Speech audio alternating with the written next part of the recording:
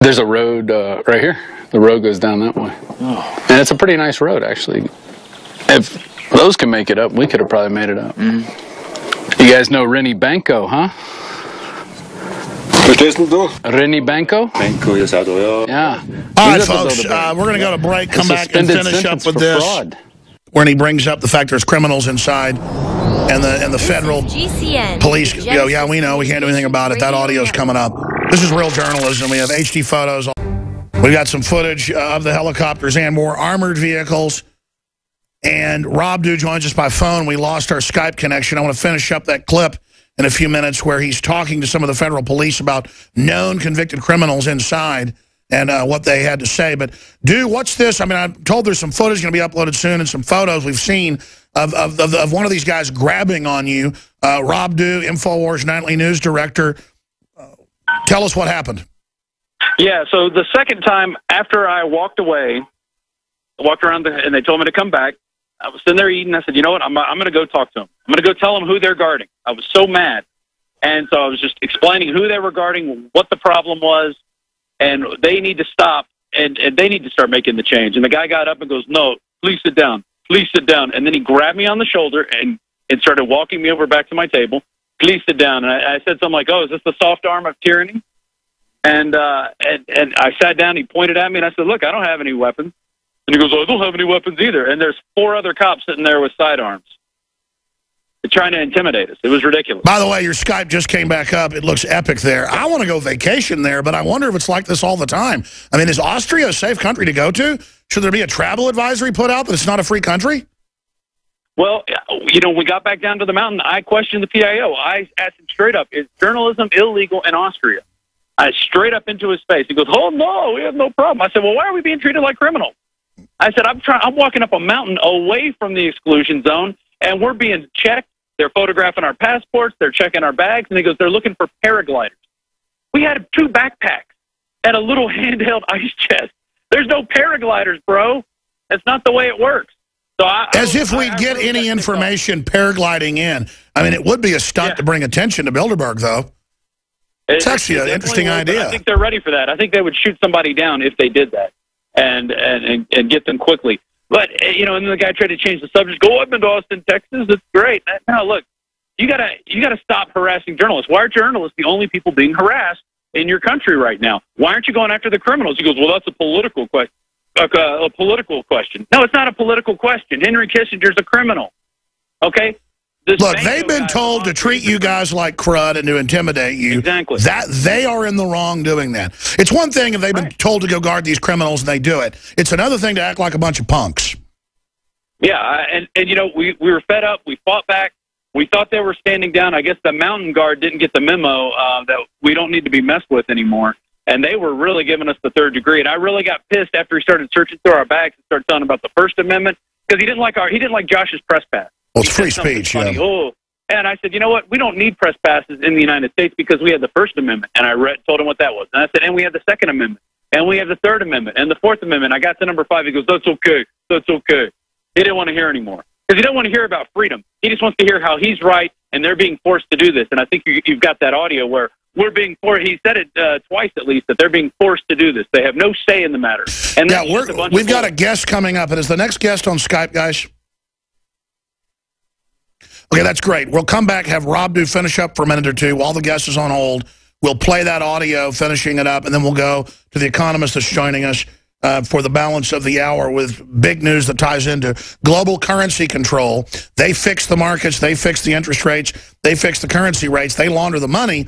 But now the very same mega banks want to take cash away from you. There's a big move. It ties into Bilderberg. We're going to break it all down with Rob Dew and our guest coming up on the other side of this quick break. Bilderberg 2015.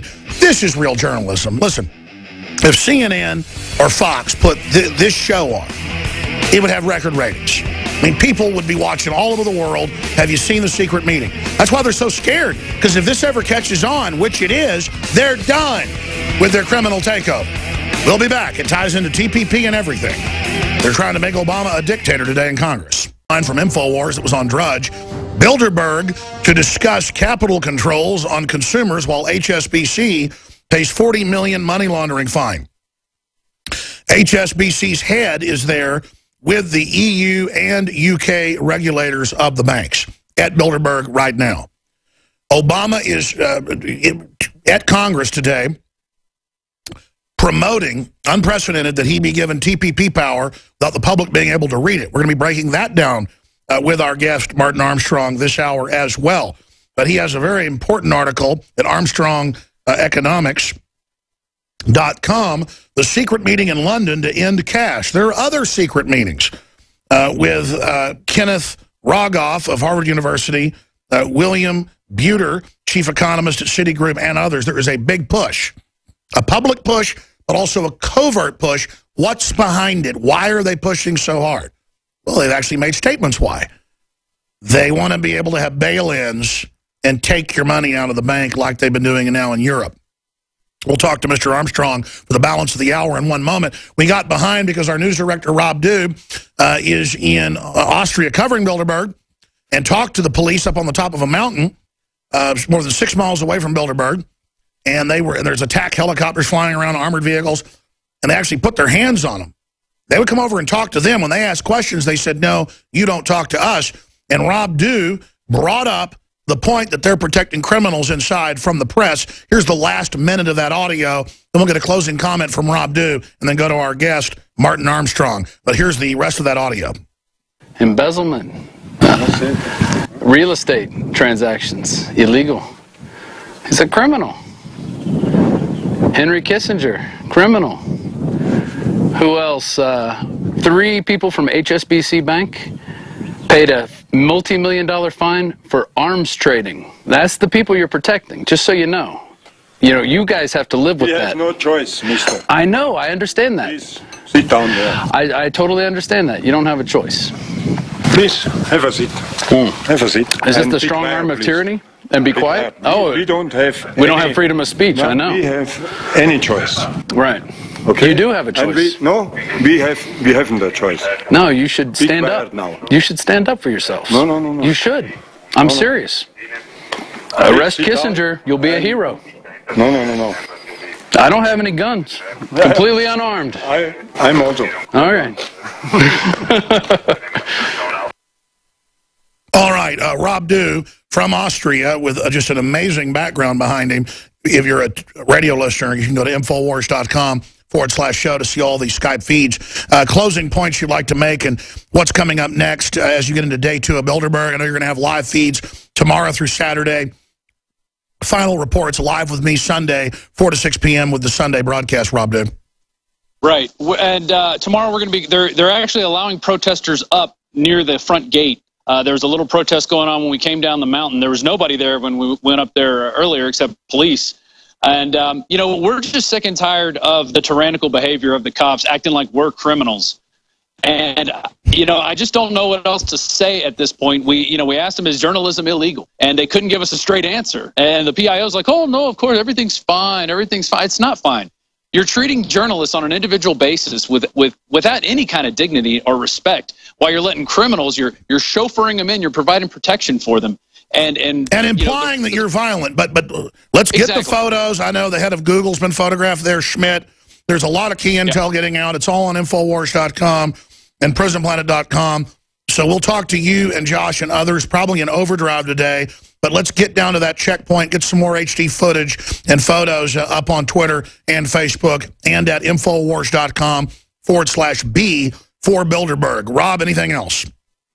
I just want to say I did a report up on top of the mountain, and it was really a report to educate the police that were sitting there right behind Josh, all armed. And I did speak in broken English. So when people see this report, it's not because I'm retarded or anything. It's because I'm trying to communicate to other humans and make them understand what they're really doing and what it represents by them being there and doing that. So I do this whole kind of broken English You talking report. caveman to him? Sort of, and I did it all in one take. I was pretty proud of myself. I talked for about 4 minutes nonstop, and then Bilderberg bad, right? Bilderberg criminal. And then I kept pointing to where the criminals were, so they knew who they.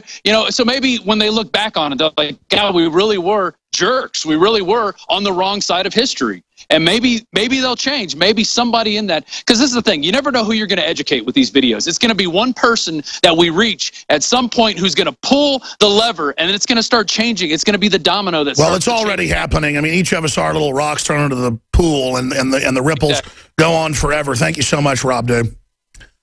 Rob, you're doing a great job. Rob is so funny, though, because I heard it in the audio, and it's this phenomenon where folks think if you're talking to somebody from a different language, that if you talk like baby talk to them or kind of put on their accent, that they then understand it. And people do it. Maybe they're right. Maybe I'm wrong. I just talk to somebody like I talk. But I got so many friends and family that will, if they're talking to an Asian person who's lived in America their whole life, probably third generation, they'll go, hello. They almost go, ding, ding, ding, ding, ding, ding, ding. And it just, and so I guess with like Germans or Austrians, you'll be like, I know the Führer. Ein Volk, ein Reich. Do you understand that? But amazing HD footage that we're showing right now. The Skype is just incredibly clear. That is amazing. That is so beautiful. Even prettier than places I've seen in Colorado. Wow. Okay, shifting gears, ladies and gentlemen, from Bilderberg 2015 to what their agenda is. They've got a private agenda that's draconian, but their public agenda is draconian as well.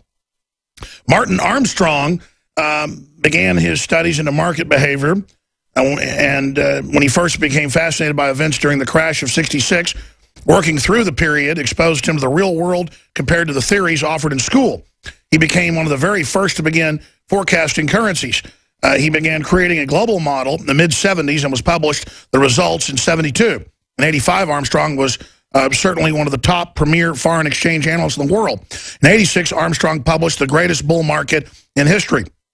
This was the first study ever written that put the entire world events together, demonstrating that the Great Depression of the 30s was a global capital flow problem set in motion largely by sovereign debt issues that led to a massive capital flight into the dollar that created a tidal wave of deflation.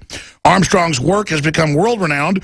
The model has successfully pinpointed not merely major specific days when events will be in advance, but it has provided one of the most consistent guides for understanding the turning points in the global economy and thus the business cycle, not merely within a domestic economy, but within the global economy on the collective basis. ArmstrongEconomics.com. Thank you so much for coming on the broadcast today. And I'd like to launch into your overall view on the economy worldwide and then get into this amazing article, The Secret Meeting in London to End Cash. You put this out on the 23rd, and then now a few weeks later, a week and a half later, 2 weeks later, we have intel from inside Bilderberg that that's exactly what they're pushing, but also the heads of the major private banks all seem to be pushing this as well right now. So I want to discover what you think's behind that. Thanks for coming on. Oh, thank you for inviting me. You bet. So the big picture. Effectively, after they did the big bailout with $700 billion writing checks to the government to the banks, they really have come to the realization they cannot do that again. So the problem really has stemmed from a structural design in Europe, which is absolutely fatal. And when they were going to create the euro, I can say publicly, I mean, they came to us. They even took the entire back row of our conference. The commission was there, for 2 days, met with them, and this is back in '97. And I told them, if you're going to try and create a new currency, there has to be a single debt. Now, they understood that, but what they told me then was that they didn't feel that they could get the European population to vote for that. It would be perceived as a bailout. So they just want to do the currency first. And then when those people leave, the next crew that comes in, they never heard of phase two. And so the structural difference, why it's so bad in Europe, is that each bank for its reserves had to be politically correct. So they had a piece of everybody's debt. And that would be like our banking system if it was backed by debt of every individual state.